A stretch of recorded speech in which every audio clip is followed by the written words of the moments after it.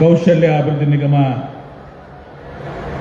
ಹಾಗೂ ಜಿಲ್ಲಾ ಪಂಚಾಯತ್ ಜಿಲ್ಲಾಡಳಿತ ವತಿಯಿಂದ ಸಂಯುಕ್ತ ಆಶ್ರಯದಲ್ಲಿ ಇಂದು ಯುವ ಸಮೃದ್ಧಿ ಸಮ್ಮೇಳನ ವಿಜಯಪುರದಲ್ಲಿ ಈ ಒಂದು ಐತಿಹಾಸಿಕ ಉದ್ಯೋಗ ಮೇಳದ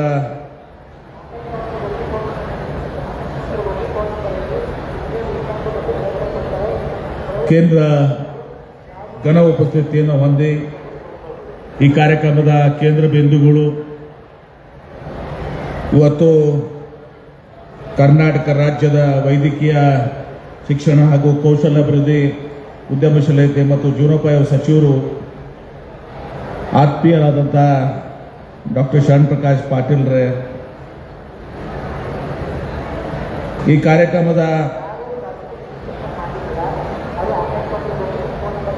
ಕಾರಣೀಕರ್ತರು ಇವತ್ತು ಕರ್ನಾಟಕ ಕೌಶಲ್ಯಾಭಿವೃದ್ಧಿ ನಿಗಮದ ಹಾಗೂ ಕರ್ನಾಟಕ ವೃತ್ತಿ ತರಬೇತಿ ಹಾಗೂ ಕೌಶಲ್ಯ ಉದ್ಯಮ ನಿಗಮದ ಅಧ್ಯಕ್ಷರಾದಂಥ ಶ್ರೀಮತಿ ಕಾಂತಾ ನಾಯಕ್ ಅವರೇ, ಬಾಲ ವಿಕಾಸ್ ಅಕಾಡೆಮಿಯ ಅಧ್ಯಕ್ಷರು ಆತ್ಮೀಯ ಸಹೋದರರಾದಂಥ ಶ್ರೀ ಸನ್ಮೇಶ್ ಬಬಲೇಶ್ವರ್ ಅವರೇ, ನಗರಾಭಿವೃದ್ಧಿ ಪ್ರಾಧಿಕಾರದ ಅಧ್ಯಕ್ಷರಾದಂಥ ಶ್ರೀ ಕನಾನ್ ಮುಶ್ರೀಫ್ ಅವರೇ, ಈ ಕಾರ್ಯಕ್ರಮದ ಒಂದು ಅತ್ಯಂತ ಯಶಸ್ವಿಯಾಗಿ ನಡೀಲಿಕ್ಕೆ ಗೋಕಾಕ್ ಅವರೇ, ಎಲ್ಲ ಗ್ಯಾರಂಟಿ ಸಮಿತಿಗಳ ಅಧ್ಯಕ್ಷರುಗಳೇ, ವೇದಿಕೆ ಮೇಲಿದಂತ ಎಲ್ಲ ಶ್ರೀಮತಿ ಕಾಂತಾ ನಾಯಕ್ ಅವರಿಗೆ ನಾನು ಹೃದಯಪೂರ್ವಕವಾದಂತ ಅಭಿನಂದನೆಗಳನ್ನ ಸಲ್ಲಿಸಲಿಕ್ಕೆ ಬಯಸುತ್ತೇನೆ. ಅದ್ರ ಜೊತೆಗೆ ಡಾಕ್ಟರ್ ಶರಣ್ ಪ್ರಕಾಶ್ ಪಾಟೀಲ್ ಅವರು, ಡಾಕ್ಟರ್ ಶರಣ್ ಪ್ರಕಾಶ್ ಪಾಟೀಲ್ ಬಗ್ಗೆ ಹೇಳ್ಬೇಕಂದ್ರೆ ನಮ್ಮ ರಾಜ್ಯದಲ್ಲಿ ಏನು ಜನನಾಯಕರಿದ್ದಾರೆ, ಜನಪ್ರತಿನಿಧಿಗಳಿದ್ದಾರೆ, ಅದರಲ್ಲಿ ಅತ್ಯಂತ ಕ್ರಿಯಾಶೀಲತೆ ಮತ್ತು ಪ್ರಾಮಾಣಿಕವಾಗಿರುವಂತಹ ಸಚಿವರಂತೂ ಸಹ ಡಾಕ್ಟರ್ ಶರಣ್ ಪ್ರಕಾಶ್ ಪಾಟೀಲ್ ಅವರು ಭಾರಿ ಹೆಮ್ಮೆಯಿಂದ ಹೇಳಿಕೆ ಬಯಸ್ತಾರೆ. ಯಾವುದೇ ಇಲಾಖೆಯ ಸಚಿವರಾಗ್ಲಿ, ಅದು ವೈದ್ಯಕೀಯ ಶಿಕ್ಷಣ ಆಗಲಿ, ಒಂದು ಕೌಶಲ್ಯಾಭಿವೃದ್ಧಿ ಸಚಿವರಾಗ್ಲಿ, ಆ ಇಲಾಖೆಗಳನ್ನ ಅತ್ಯಂತ ಸಮರ್ಪಕವಾಗಿ ಇವತ್ತು ನಿಭಾಯಿಸುವ ಜೊತೆಗೆ ಅದು ಹೊಸತರವಾದಂತದ್ದು ಅರ್ಥಪೂರ್ಣ ಕಾರ್ಯಕ್ರಮ ಹಮ್ಮಿಕೊಂಡು ಜನರಿಗೆ ಸಹಾಯ ಸಹಕಾರ ಮಾಡುವಂತವರು ನಮ್ಮ ಡಾಕ್ಟರ್ ಶರಣ್ ಪ್ರಕಾಶ್ ಪಾಟೀಲ್ ಅವರು ನಾವು ಬಹಳ ಹೆಮ್ಮೆ ಮುಂದೆ ಹೇಳಿಕೆ ಬರ್ತೇವೆ. ಬಹಳ ಒಳ್ಳೆಯ ರೀತಿಯಿಂದ ಅವರು ಈ ಇಲಾಖೆಯನ್ನು ನಡೆಸಿಕೊಂಡು ಬಂದಿದ್ದಾರೆ. ಅರ್ಥಪೂರ್ಣವಾದಂತಹ ಮಾತುಗಳನ್ನು ಕೂಡ ಇವರು ಸಹ ನಮಗೆ ಮಿತ ನುಡಿಗಳನ್ನು ಕೂಡ ನಮ್ಗೆ ಹೇಳಿದ್ದಾರೆ. ಎಲ್ಲ ಸ್ನೇಹಿತರೆ, ಇವತ್ತು ತಮ್ಗೆ ಗೊತ್ತಿದೆ, ನಮ್ಮ ದೇಶದಲ್ಲಿ ಬಹುಶಃ ಇಡೀ ಪ್ರಪಂಚದಲ್ಲೇ ಅತ್ಯಂತ ಹೆಚ್ಚಿನ ಒಂದು ಯುವಕರಾಗ ಇರುವಂತಹದ್ದು, ಯೂತ್ ಜನರಲ್ ಪಾಪ್ಯುಲೇಷನ್ ಇರುವಂತಹದ್ದು ಇದು ಭಾರತ ದೇಶ. ಬೇರೆ ಬೇರೆ ಯುರೋಪಿಯನ್ ರಾಷ್ಟ್ರದಿಂದ ಅಮೆರಿಕ ಎಲ್ಲರೂ ಕೂಡ ಏಜಿಂಗ್ ಪಾಪ್ಯುಲೇಷನ್ ಇರುವಂತೀವಿ. ಜಪಾನ್ ಹೋಗಿದ್ದೀವಿ ಎಲ್ಲ ಕಡೆ ಓಡಾಡಿ ಇವತ್ತು ಏಜಿಂಗ್ ಪಾಪ್ಯುಲೇಷನ್, ವಯಸ್ಸಾದಂತಹ ಜನ.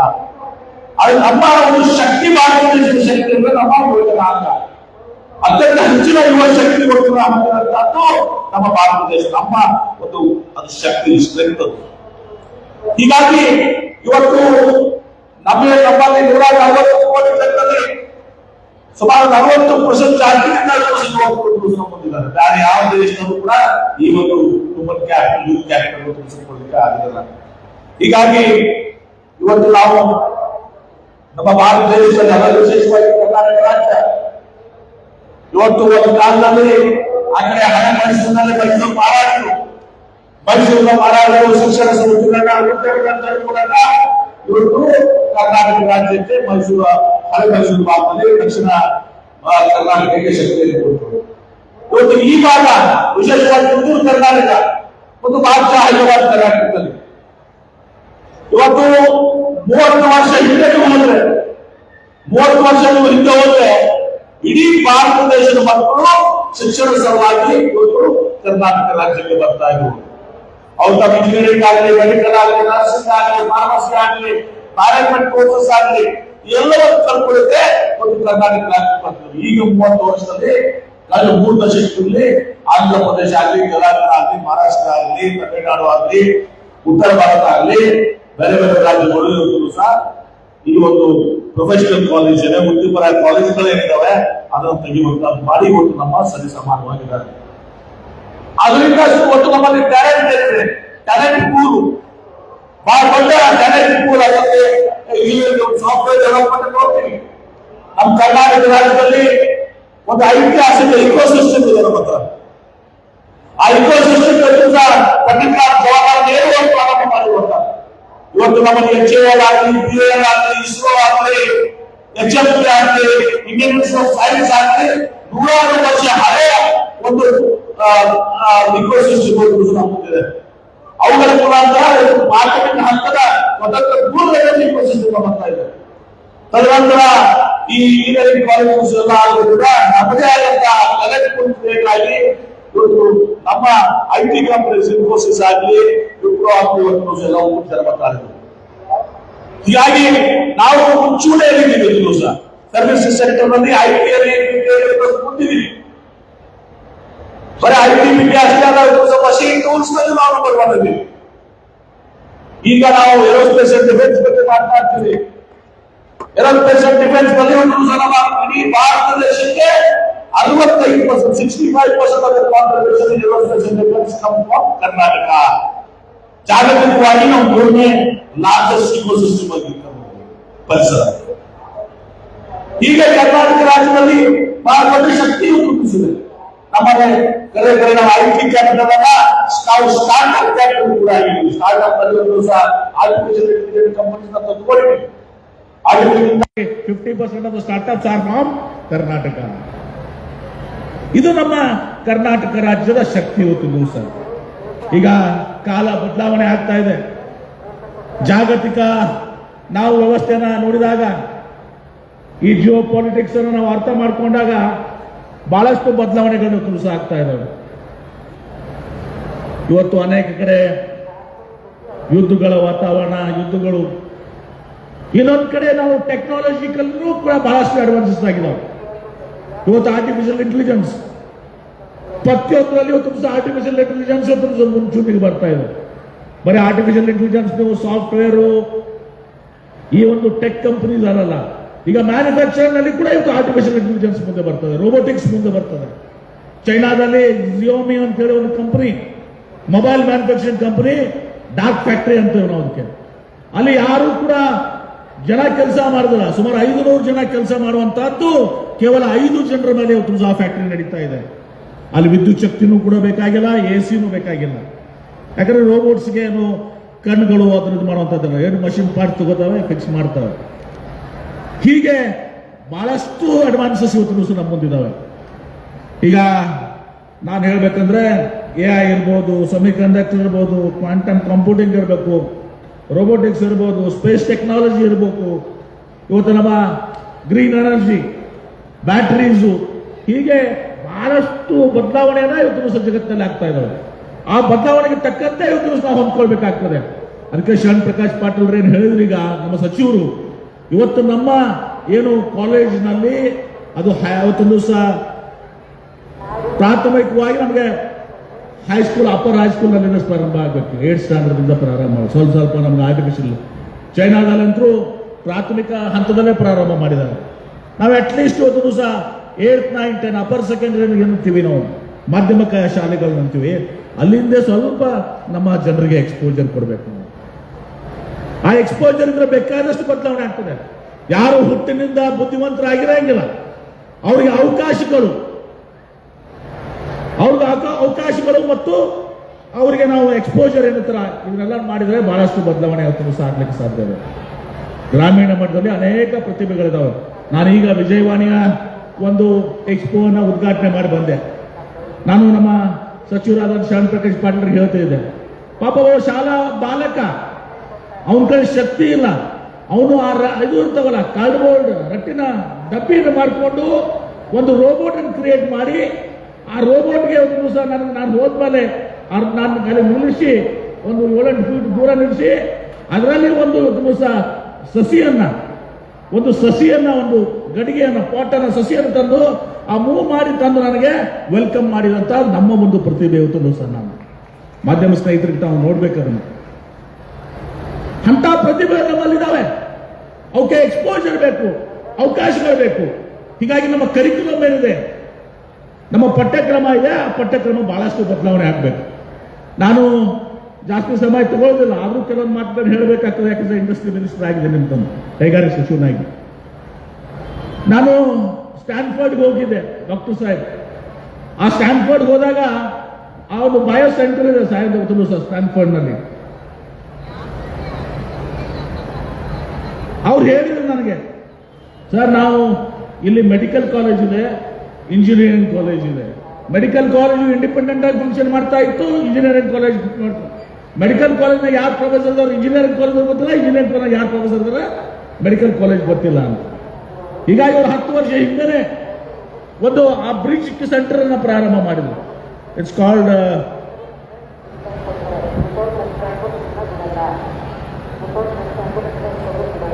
Stanford centre for bio design ಅಂತ ಸ್ಯಾನ್ ಫ್ರಾನ್ಸಿಸ್ಕೋ.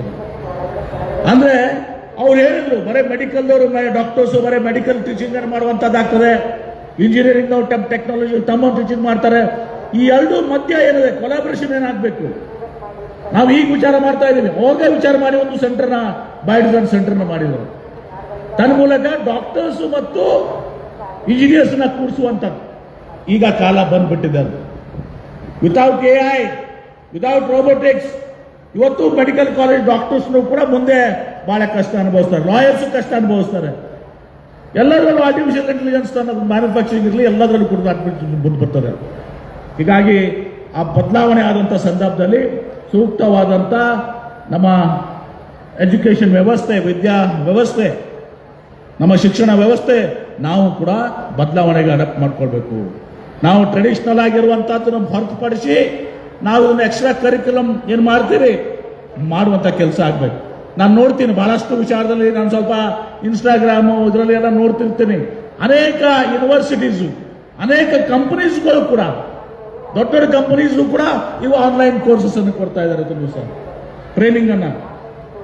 ಇವತ್ತು ಆಂಧ್ರ ಪ್ರದೇಶನಾಗ AI ಯೂನಿವರ್ಸಿಟಿ ಏನು ಮಾಡ್ತಾರೆ ನಿಮಿಡಿಯಾ ಜೊತೆಗೆ, ಆರ್ಟಿಫಿಷಿಯಲ್ ಇಂಟೆಲಿಜೆನ್ಸ್ ಯೂನಿವರ್ಸಿಟಿನೇ ಇವತ್ತು ಕ್ರಿಯೇಟ್ ಮಾಡ್ತಾ ಇದ್ದಾರೆ ನಿಮಿಡಿಯಾ ಜೊತೆಗೆ. ಹೀಗೆ ಕಾಲ ಬಹಳಷ್ಟು ಬದಲಾವಣೆ ಆಗಿದೆ. ಆ ಬದಲಾವಣೆ ತಕ್ಕಂತೆ ನಾವು ನಮ್ಮ ಶಿಕ್ಷಣ ವ್ಯವಸ್ಥೆಯಲ್ಲಿ ಮಾರ್ಪಾಡುಗಳನ್ನು ಮಾಡ್ಕೊಳ್ಬೇಕು. ಆ ಜೊತೆಗೆ ಸ್ಕಿಲ್ಲಿಂಗು, ಆ ಕೌಶಲ್ಯ ತರಬೇತಿ, ಅಪ್ ಸ್ಕಿಲ್ಲಿಂಗ್ ಅನ್ನು, ನನ್ನ ಸ್ಕಿಲ್ಲಿಂಗ್ ಇದ್ದ ಅದಕ್ಕೆ ಹೆಚ್ಚಿನ ಒಂದು ಸ್ಕಿಲ್ಲಿಂಗು. ನಾನು ನೋಡಿದ್ದೀನಿ ಬಹಳಷ್ಟು ಜನ ಈ ಬೇಸಿಕ್ ಸೈನ್ಸಸ್, ನಾವು ಅನೇಕ ಕಡೆ ಅಮೆರಿಕನ್ ಕಂಪನೀಸ್ ಹೋದಾಗ, ಸೆಮಿ ಕಂಡಕ್ಟರ್ ಕಂಪನಿಗೆ ಹೋದಾಗ ಅಲ್ಲಿ ಬರೇ ನಮ್ಮ ಸಾಫ್ಟ್ವೇರ್ ಇಂಜಿನಿಯರ್ಸು, ಇಲೆಕ್ಟ್ರಾನಿಕ್ ಇಂಜಿನಿಯರ್ಸ್ ಅಲ್ಲ. ಇವತ್ತು ನಾನು ನೋಡಿದಾಗ ಎಲ್ಲರೂ ಅನೇಕ ಸಂದರ್ಭ ಕೇಳಿದ, ಅವರೆಲ್ಲರೂ ಭಾರತೀಯರು. ನಾವು ಕೇಳಿದ್ರೆ ನೀವೇನು ಮಾಡಿದ್ರೆ MSc ಮ್ಯಾಥಮೆಟಿಕ್ಸ್ PhD ಅಂತ ಹೇಳ್ತಾರೆ, MSc physics, MSc chemistry, PhD. So ಆ ಒಂದು ಬೇಸಿಕ್ ಸೈನ್ಸ್ ನಲ್ಲಿ ಒಂದು ನಶಿಸಿ ಹೋಗ್ತಾ ಇದೆ. ಎಲ್ಲರೂ ಕೂಡ ಒಂದು ರಶ್ಯು ಇಂಜಿನಿಯರಿಂಗ್ ನಲ್ಲಿ ಕಂಪ್ಯೂಟರ್, ಇಲೆಕ್ಟ್ರಾನಿಕ್ಸ್. ಹೀಗಾಗಿ ಬಹಳಷ್ಟು ನಮ್ಮ ಶಿಕ್ಷಣ ವ್ಯವಸ್ಥೆಯಲ್ಲಿ ಬದಲಾವಣೆ ಆಗಬೇಕು. ಆ ಶಿಕ್ಷಣ ವ್ಯವಸ್ಥೆ ಕೇಂದ್ರ ಸರ್ಕಾರ ಮತ್ತು ರಾಜ್ಯ ಸರ್ಕಾರ ಒಟ್ಟುಗೂಡಿ ನಮ್ಮ ಏನು ನಮ್ಮ ಡಾಕ್ಟರ್ ಶ್ಯಾಮ್ ಪ್ರಕಾಶ್ ಪಾಟೀಲ್ ಹೇಳಿದ ಇವತ್ತು ಫ್ಯೂಚರ್ ಜನರೇಷನ್ ಏನು ಟೆಕ್ನಾಲಜಿ ಇದೆ, ಆ ಫ್ಯೂಚರ್ ಜನರೇಷನ್ ಟೆಕ್ನಾಲಜಿ ಮುಂದೆ ಬರುವಂತ ಆವಿಷ್ಕಾರಗಳಿದ್ದಾವೆ. ಯಾಕಂದ್ರೆ ಇವತ್ತು ನಮ್ಮ ಮುಂದಿರ್ತದೆ, ನಾಳೆ ಅದು ಇರುವುದಿಲ್ಲ. ಇವತ್ತೇನು ನಮ್ಮ ಒಂದು ಟೆಕ್ನಾಲಜಿ ಇರುತ್ತೆ, ನಾಳೆ ಅದು ಇರುವುದಿಲ್ಲ. ಹೀಗೆ ವ್ಯಾಪಕ ಬದಲಾವಣೆಗಳ ಸಂದರ್ಭದಲ್ಲಿ ನಾವು ಅದಕ್ಕೆ ರೆಸಿಲೆನ್ಸ್ ಬೇಕಾಗ್ತದೆ, ಅದನ್ನ ಶಕ್ತಿಸ್ಕೊಂತ ಶಕ್ತಿವಂತ ನಮ್ಗೆ ಬೇಕಾಗ್ತದೆ. ಅದಾಗಬೇಕಂದ್ರೆ ಇವತ್ತು ನಮ್ಮಲ್ಲಿ ಬಹಳ ವ್ಯಾಪಕವಾದಂಥ ಬದಲಾವಣೆಗಳು ಕೂಡ ಆಗಬೇಕು. ನಮ್ಮ ಯುವಕರು, ವಿಶೇಷ ವಿದ್ಯಾರ್ಥಿನಿಗಳು, ಉತ್ತರ ಕರ್ನಾಟಕದವರು ಬಹಳ ಇವತ್ತೊಂದು ಸಹ ಇಂಟೆಲಿಜೆಂಟ್, ಸಪ್ತಮಿಗೌಡ ಅವರ ಭಾಳ ಇಂಟೆಲಿಜೆಂಟ್ ಇರ್ತಾರೆ. ಆಸ್ ಯು ಟೋಲ್ಡ್, ಅವ್ರು ಒಂದೇ ಒಂದು ಕಮ್ಯುನಿಕೇಶನ್ ಸ್ಕಿಲ್, ಆ ಕಮ್ಯುನಿಕೇಶನ್ ಸ್ಕಿಲ್ನಿಂದ ಅನಿಸ್ತಿರ್ತಾರೆ. ಇನ್ಫೋಸಿಸ್ ನಾರಾಯಣ ಮೂರ್ತಿ ಅವರು ಹೇಳಿದರು, ನಾನು ಯಾವಾಗಲೂ ಕೂಡ I give first preference to north Karnataka engineers ಅಂತ ಹೇಳಿ. ಯಾಕಂದ್ರೆ ಅವ್ರಿಗೆ ಒಂದ್ಸಲ ಇನ್ಫೋಸಿಸ್ ಬಂದ್ರೆ ಕಡೆಯವರೆಗೆ ಇನ್ಫೋಸಿಸ್ ನಲ್ಲಿ ಇರ್ತಾರೆ. ಅದೇ ನೀವು ಬೆಂಗಳೂರಿನ ನೋಡ್ರಿ, ಅವ್ರೇನ್ ಮಾಡ್ತಾರೆ, ಇವತ್ತು ಬೇರೆ ಅವ್ರು 5,000 ರೂಪಾಯಿ ಜಾಸ್ತಿ ಕೊಡ್ತೀವಿ ಅಂದ್ರೆ ದ ಜಂಪ್ ದ ಜಾಬ್, ಮತ್ತೊಬ್ಬ 10,000 ಕೊಡ್ತೀವಿ the jump. Here there will be a loyalty to the company. ಒಳ್ಳೆ ಕಂಪನಿ ಸ್ಟಾರ್ಟ್ ಆದು ಇನ್ಫೋಸಿಸ್ ವಿಪ್ರೋ ಅಂದ್ರೆ ಅಲ್ಲಿ ಇವತ್ತು ದಿವಸ ರಿಟೆನ್ಷನ್ ಕೆಪಾಸಿಟಿ ದಿವಸ ಬಹಳ ಜಾಸ್ತಿ ಇರ್ತದೆ. ಯಾಕಂದ್ರೆ they value the company, not the salary, they value the company. ಹೀಗೆ ನಮ್ಮಲ್ಲಿ ಭಾರಿ ಹಾರ್ಡ್ ವರ್ಕಿಂಗ್ ಇರ್ತಾರೆ, ಬಹಳಷ್ಟು ಬುದ್ಧಿವಂತರು ಇರ್ತಾರೆ. ಆದ್ರೆ ಅವರಿಗೆ ಕೊರತೆ ಇರುವಂತಹದ್ದು ಓನ್ಲಿ ಕಮ್ಯುನಿಕೇಶನ್ ಸ್ಕಿಲ್ಸ್. ಆ ಕಮ್ಯುನಿಕೇಶನ್ ಸ್ಕಿಲ್ಸ್ ಹೋದಾದ್ರೆ ಬಹುಶಃ ನಮ್ಮನ್ನ ಹಿಡಿಯೋರು ಯಾರು ಕೂಡ ಇಲ್ಲ. ಇವತ್ತು ಅಮೆರಿಕಕ್ಕೆ ಹೋಗ್ರಿ, ಇವತ್ತು ನೀವು ಬೇರೆ ಬೇರೆ ದೇಶಕ್ಕೆ ಹೋಗ್ರಿ, ಅಲ್ಲಿ ಡಾಕ್ಟರ್ಸ್ ಇಂಜಿನಿಯರ್ಸ್ ಎಲ್ಲರೂ ಉತ್ತರ ಕರ್ನಾಟಕದವರೇ. ಯಾಕಂದ್ರೆ we are pioneers in professional education. ನಮ್ಮ ಆ ಒಂದು ಶಕ್ತಿ ನಮಗಿದೆ ಅನ್ನೋ ಒಂದು ಮಾತನ್ನು ಹೇಳಿ ಇವತ್ತು ಜಾಸ್ತಿ ಸಮಯನ ತೆಗೆದುಕೊಳ್ಳೋದಿಲ್ಲ. ಇವತ್ತು ಈ ಒಂದು ಏನು ಉದ್ಯೋಗ ಮೇಳ ಇದೆ, ಆ ಉದ್ಯೋಗ ಮೇಳದಲ್ಲಿ ತಾವು ಭಾಗವಹಿಸಿದಿರಿ. ಇದರ ಉಪಯೋಗವನ್ನು ಪಡ್ಕೊಳ್ರಿ. ಇದ್ರ ಉಪಯೋಗವನ್ನು ಪಡ್ಕೊಳ್ಳೋದು ಇವತ್ತು ಕೆಲವೊಬ್ಬರಿಗೆ ನಿಮಗೆ ಜಾಬ್ ರೆಡಿ ಇರಂಗಿಲ್ಲ. ಆ ಜಾಬ್ ರೆಡಿ ಮಾಡಬೇಕಾಗಿದ್ದು ಕೂಡ ಈ ಸ್ಕಿಲ್ಲಿಂಗ್ ಡೆವಲಪ್ಮೆಂಟ್ ಕೆಲಸ ಇವತ್ತು ದಿವಸ. ಆ job ready, future job ready ಮಾಡಬೇಕಾದ್ರೆ ಸ್ಕಿಲ್ಲಿಂಗ್ ಡೆವಲಪ್ಮೆಂಟ್ ಕೆಲಸ.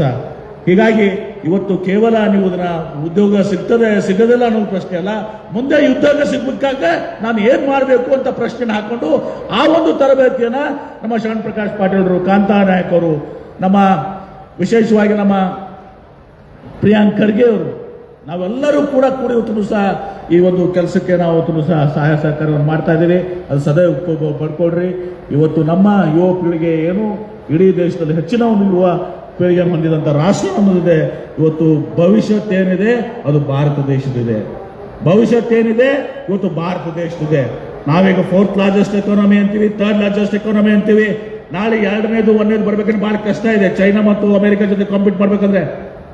ಆದ್ರೆ ಆ ಸಂದರ್ಭದಲ್ಲಿ ನಮ್ಮ ಯುವ ಪೀಳಿಗೆನ ಯಾವ ರೀತಿ ನಾವು ಅದನ್ನು ಉಪಯೋಗಿಸ್ತೀವಿ, ಅವ್ರಿಗೆ ಯಾವ ರೀತಿ ಶಕ್ತಿಯನ್ನು ತುಂಬ್ತೀವಿ, ಅವ್ರಿಗೆ ಯಾವ ರೀತಿ ಟ್ರೈನಿಂಗ್ ಕೊಡ್ತೀವಿ, ಅವ್ರಿಗೆ ಯಾವ ರೀತಿ ನಾವು ಫ್ಯೂಚರ್ ರೆಡಿ ಮಾಡ್ತೀವಿ, ಯಾವ ರೀತಿ ನಮ್ಮ ಶಿಕ್ಷಣ ವ್ಯವಸ್ಥೆಯನ್ನು ಬದಲಾವಣೆ ಮಾಡ್ತೀವಿ, ಅದ್ರ ಮೇಲೆ ಇವತ್ತು ಎಲ್ಲರೂ ಕೂಡ ಡಿಪೆಂಡೆಂಟ್ ಆಗ್ತದೆ.